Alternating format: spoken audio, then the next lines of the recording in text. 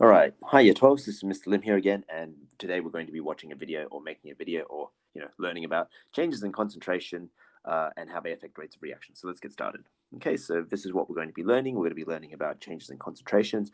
We are going to learn how to describe what a change in concentration is, describe how changes in concentration affect particles in terms of the collision theory. So hopefully you remember collision theory, those three things. Predict changes to rate of reaction due to changes in concentration, and finally draw changes to concentration and energy distribution graphs. Okay, and please make sure that you're making notes whilst watching this video. All right, let's move on. Okay, describe what a change in concentration is. What is a change in concentration? Concentration is the amount of particles within a certain volume. That's why we have moles per liter. Okay, so it's the amount of particles, which is moles, in a certain volume, moles per liter. It can be applied for gases and aqueous substances, but not for solids and liquids. Okay, so only for gases and aqueous substances. Great. Describe how changes to the concentration affect the particles in terms of collision theory. So collision theory, so remember, oops, I don't want that, delete you. Okay, so remember, collision theory, three things that you need to remember about collision theory. What are they? So you need to have a collision, you need to have sufficient energy,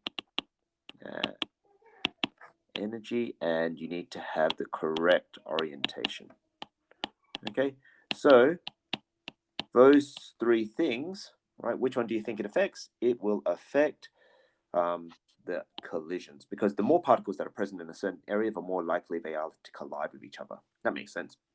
Therefore, changing the concentration of a reactant therefore affects the frequency of collisions, and so therefore the frequency of successful collisions. Okay, so effectively, if you have more collisions, you're going to have more successful collisions. So instead of 100 collisions, you're going to have 500 collisions, and instead of only 20 of those collisions being successful, now you're going to have 100 collisions successful. Okay, so just the greater you're not going to increase the proportion of successful collisions, you're just going to have more collisions. Okay, what does that mean in terms of being able to predict changes to the rate of reaction then?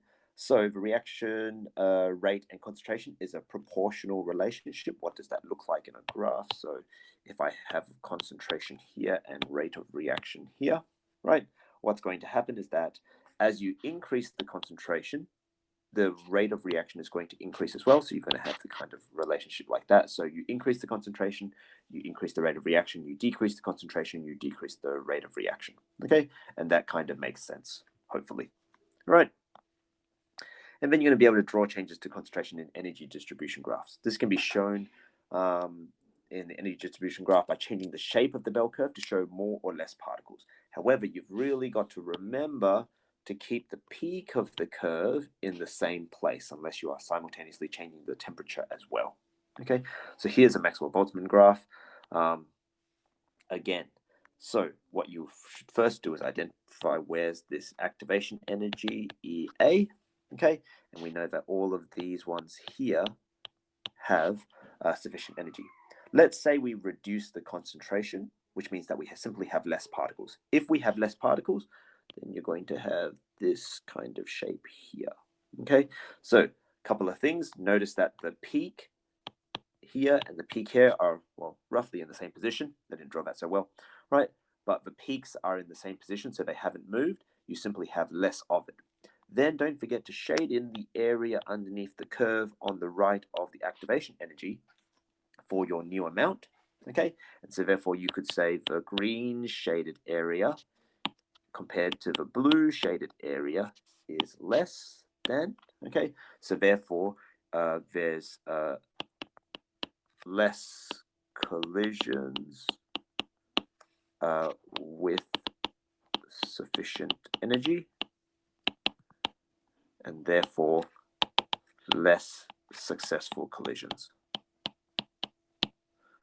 Okay, so make sure you use the right vocabulary when describing all of this, and that's our first changes to conditions to change rate of reaction video. Adios.